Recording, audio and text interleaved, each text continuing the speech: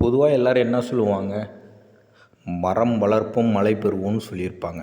மரங்களை வெட்டாதீர் அப்படின்னு நீங்கள் கேள்விப்பட்டிருப்பீங்க. இதெல்லாம் ஒரு பக்கம் உண்மை தான்.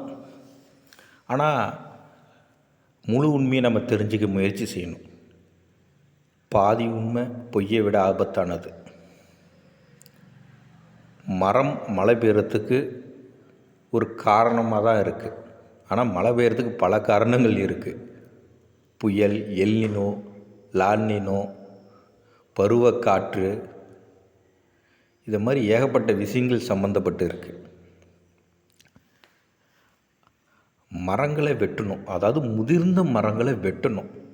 வெட்டினாதான் காட்டு தீ குறைக்கப்படும் அல்லது கட்டுப்படுத்தப்படும். இல்லாட்டி என்ன ஆகும், மரங்களை வெட்டாட்டி என்ன ஆகும், அதை காட்டு தீ வரும், விலங்குகள் இறக்கும், இதை மாதிரி செயல்கள் நடக்கும். ஆனால் முதிர்ந்த மரங்கள் நம்ம வெட்டும்போது பொருளாதார வளர்ச்சி கிடைக்கும்,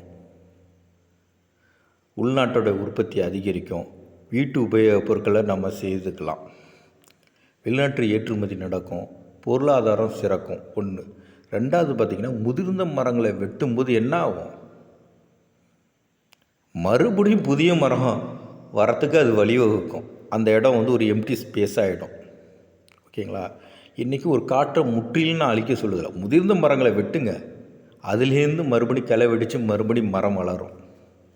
ஓகேங்களா? சரியான அளவில் நம்ம வெட்டணும். அப்படி வெட்டும்போது அதுதான் சரியான முறை. அடுத்தது ஆற்றில் மணலில் அள்ளுறது, மணல் கொள்ளை அப்படிலாம் நீங்கள் கேள்விப்பட்டிருக்கீங்க. ஆனால் நம்மளுடைய அரசியை சரியான அளவில் மணல் அள்ளுங்கன்னு தான் சொல்லுவோம். சரியான அளவில் மணல் அள்ளுங்க, அப்போ தான் நம்ம வீடு கட்ட முடியும். ஆறு அப்போ தான் தூர்வாரப்படும். இல்லாட்டி நீங்கள் மணல் அள்ளாமல் இருந்தால் என்ன ஆகும்,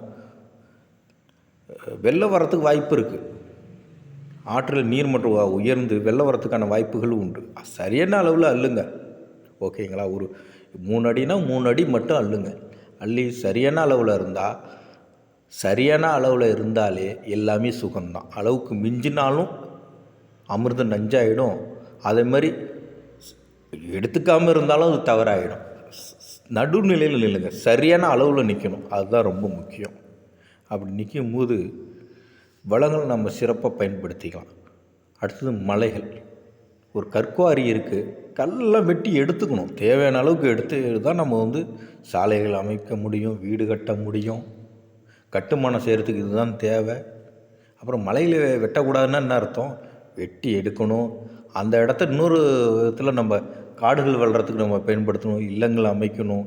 அல்லது பூமியை தோண்டி சில நேரங்கள் நம்ம கல் எடுக்கிற மாதிரி இருக்கும், அதை நம்ம குளமாக மாற்றி ஒரு மீன் குளமாக நம்ம மாற்றிக்கணும். வளங்கள் நம்ம சரியாக பயன்படுத்தணும் அறிவை கொண்டு. ஏன்னா நம்ம கற்கால மனிதர் கிடையாது, இயற்கையோடு இணைந்து வாழ்கிறதுக்கு. அதுக்கு தயாராக யார் எத்தனை பேர் இருக்காங்க? நம்ம இயற்கையை சார்ந்து வாழ்கிறோம், இயற்கையை நம்ம பயன்படுத்திக்கிட்டு வாழணும். ஓகேங்களா? இந்த உலகத்தில் வீண்னு ஒன்றும் எதுவும் கிடையாது. பூமிக்கடியில் புதைக்கப்பட்ட கரித்துண்டு தான் அழுத்தத்தினாலும் வெப்பத்தினாலும் உருமாறி வயிறுக்கெல்லாம் மாறி